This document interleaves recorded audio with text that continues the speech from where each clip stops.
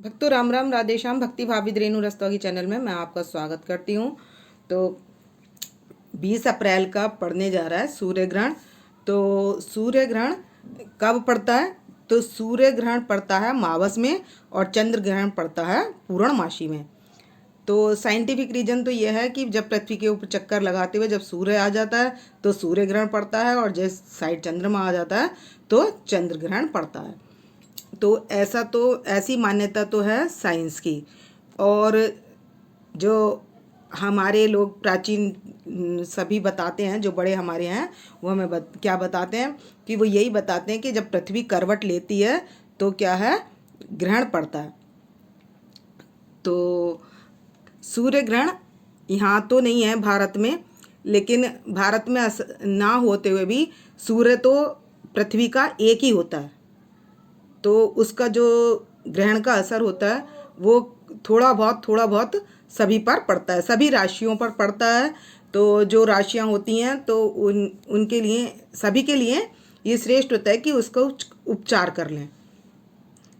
तो जब सूर्य ग्रहण की बात आती है तो ऑस्ट्रेलिया और मलेशिया और ये बाहर के देशों में पड़ रहा है, लेकिन सूर्य ग्रहण का सूतक और चंद्र ग्रहण के सूतक में अंतर होता है कि एक तो दोपहर बाद लगता है, तो सूर्य ग्रहण जो है उसका जल्दी लगता है, चंद्रमा का 2 घड़ी के बाद वाला लगता है, मतलब दोपहर के बाद वाला लगता है। 24 घंटे का अंतर होता है। तो जैसे सुबह 7 बजे 7:15 पर है सूर्य ग्रहण शुरू होगा और 12:50 तक है। तो 24 मिनट मान लीजिए। 24 सूतक तो पूरा वैसे नहीं मानते, क्योंकि यहाँ होता तो पूरा सूतक माना जाता, लेकिन 24 मिनट मान लीजिए। तो यानी कि 7 बजे से लेके 1 बजे तक हमें ना तो कुछ बनाना है, खाना बनाना है, और ना हमने खाना है। तो अब करना क्या है कि जैसे अब ये बात आती है कि जैसे किसी के घर सूर्य ग्रहण का सूतक कैसे माने। जैसे कि हमारे घर के पास किसी की डेथ हो जाए तो वहाँ सूतक लग जाता है, तो क्या नेगेटिविटी प्रवेश कर जाती है। तो ऐसे क्या होता है, जब ग्रहण लगता है हमारे पड़ोसी देश में लगने पर भी हमें क्या होता है, नेगेटिविटी आ जाती है। तो इसलिए हमें उसको मानना चाहिए, ऐसा कहा जाता है। तो है भी वास्तविकता। तो अब क्या करना है, तो हमने करना है इसके लिए सबसे पहले तो हमने तुलसी ले लेनी है। चैत मास से हुआ है नया साल प्रारंभ। तो चैत मास के प्रारंभ होने के बाद जो पहला ग्रहण पड़ रहा है सूर्य ग्रहण, वो ये साल का पहला ग्रहण है। तो तुलसी तोड़कर हमें रख लेनी है। और तुलसी तोड़कर हमने क्या करना है, आपका कोई भी तांबे का पात्र हो तो ज़्यादा बेस्ट है, या स्टील की कटोरी, आप जिस बर्तन में भी रखना चाहें, तो तुलसी पत्र तोड़ लीजिए। उसके बाद जो तुलसी पत्र आपने तोड़ लिए हैं, तो आपकी जैसे मलाई है, दूध है, जो भी सामान है उसमें तुलसी पत्र आज ही डाल दीजिए, क्योंकि सूतक के बाद तो डाल से कोई फ़ायदा नहीं होता, उसमें ग्रहण का असर आ जाता है, इसलिए हमने डालना है पहले। तो जो चीज़ें हमने रखनी है, स्टोर करनी है, तो हमारी जैसे फ्रूट बास्केट है, जो भी चीज़ें हैं फ्रिज में जहाँ भी हमने स्टोर कर रखा है, तो उसमें हमने डाल लेना है तुलसी पत्र। और बाकी तुलसी पत्र टूटे हुए हमें अपने पास रख लेने हैं, जिस चीज़ में ज़रूरत होगी तो हम उसमें यूज़ कर लेंगे। और हमें खाना भी क्या करना है, लिमिटेड बनाना है, कि जो हमारा रात को ही निबट जाए, अगले दिन के लिए कुछ बचे नहीं। और अगले दिन क्या करना है, अगले दिन सुबह हमने, जैसे हमारे यहाँ टिफ़िन लेकर जाएंगे, ऑफिस जाएंगे, तो उनको और अपने आप को भी सबसे पहले क्या करना है, एक तुलसी का पत्ता दे देना है सभी परिवार के जनों को, और जल पी लेना है। तो ये हो गया प्रसाद। तो हम जो अंदर खाएंगे, जो भी चीज़ खाएंगे, तो हमारी कोई भी चीज़ में मतलब ग्रहण का असर नहीं आएगा। तो इसलिए जो बाहर जा रहे हैं, ये जो घर में है, तो सभी को लेना है ये तुलसी पत्र। और सुबह हमने टिफ़िन भी सब्जी बना लेनी है जल्दी, और 5 बजे सुबह जल्दी उठकर नहा धोकर लड्डू गोपाल जी को भी हमने सुबह स्नान कराकर उनकी पूजा कर लेनी है। तो हम 6 बजे तक उनकी पूजा से कर चुके हैं, और उनको भी दूध का भोग वगैरह लगा चुके हैं।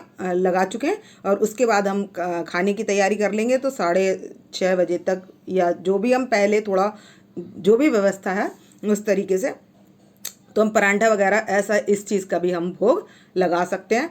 तो वो आपकी सुविधा है, आपको जैसे भी बनाना है। और सब्जी परांठा लगाना है तो आप सब्जी परांठे का भोग भी लगा सकते हैं। तो 7 बजे से पहले पहले हम भोग भी लगा लेंगे और हम भी नाश्ता कर लेंगे।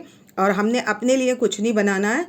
अपने लिए हम जब हमारा 12:30 बजे के बाद सूतक का टाइम ख़त्म हो जाएगा तो हम क्या कर लेंगे, घर में सारे घर में गंगा जल से छींटा लगा देंगे और अपनी रसोई भी पवित्र कर लेंगे।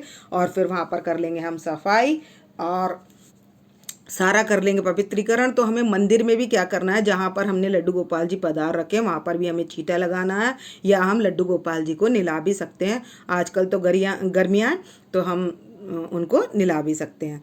तो हमने ये प्रक्रिया अपने लड्डू गोपाल जी के साथ करनी है। और ड्राई फ्रूट या छोटा थोड़ा बहुत सामान हम उनके पास टिफ़िन में तुलसी पत्र डालकर रख देंगे। तुलसी पत्र हम सभी चीज़ों में डालेंगे क्योंकि जिससे ग्रहण का असर ना आए। और हमारे भारत में जो गर्भवती महिलाएं हैं तो वो क्या करें, गेरू आता है वो अपने पेट पर लगा लें। तो गेरू लगाने से क्या होता है, जो भी ग्रहण का असर होता है वो नहीं होता है। और हमें काटना, छीलना और कटिंग करना या चाकू से काटना इस तरीके का कोई व्यवहार नहीं करना है जो गर्भवती महिलाएं हैं।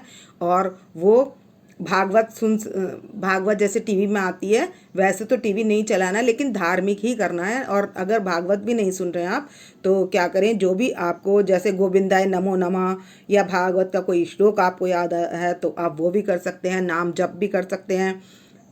आपका कोई गुरु मंत्र है आप वो भी कर सकते हैं।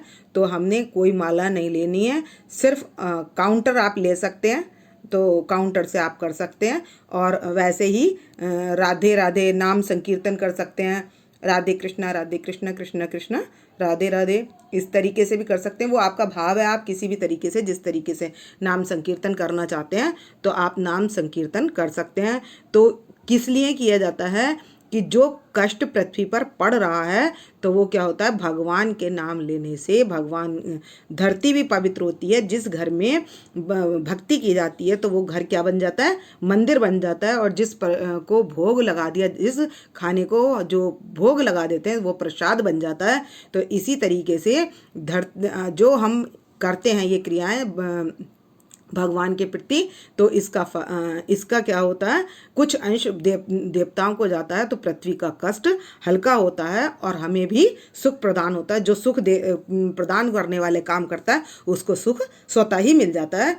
तो इसलिए हमें क्या करना चाहिए, अधिक से अधिक भगवान का नाम लेना चाहिए। चाहे हम कृष्ण कृष्ण कहें या राधा राधा कहें, वो आपका भाव है। तो भक्तों, जब सूतक शुरू होगा 7 बजे तो हम क्या करेंगे, उन लड्डू गोपाल जी को खिला पिलाकर, आप बैठे हुए अवस्था में हैं विग्रह तो आप बैठी हुई अवस्था में भी छोड़ सकते हैं, लेकिन मंदिर का पर्दा कर देंगे बंद। और जब हमारा सूतक का टाइम ख़त्म हो जाएगा यानी कि 1 बजे के बाद जब हम नहा धोकर आएंगे तब हम क्या करेंगे, मंदिर में छींटा लगाएंगे। फिर हम लड्डू गोपाल जी को स्नान वगैरह कराएंगे, या तो हम स्नान करा लेंगे सभी देवताओं को या हम छींटा लगा लेंगे। तो वो इन दोनों में से आपको जो भी काम करना हो वो आप कर सकते हैं। तब हम पर्दा हटाकर इनको बाद में भोग बनाकर इनको खिलाएंगे। तो इस तरीके का व्यवहार हमने अपने लड्डू गोपाल जी के साथ करना है। तो धरती माता के कष्ट दूर करने के लिए हमने करना है, चाहे नाम जप, मतलब हमने करना नाम ही है। किसका, भगवत कृपा प्राप्त करने के लिए लिया जाता है नाम। तो चाहे राधे का या कृष्ण का कोई भी हो, मतलब होना चाहिए भगवान का नाम। और सूतक में शुद्धि का विशेष ध्यान रखना है। जब हम ग्रहण खत्म हो जाए तो हम अपनी बेडशीट वगैरह, अपने जो कपड़े पहने हुए हैं वो सब धो दें और स्नान कर लें और गंगा जल डाल लें थोड़ा सा बाल्टी में और हम कर लेंगे स्नान। उसके बाद हम भोजन बना सकते हैं और अपने लड्डू गोपाल जी को भोग लगा सकते हैं।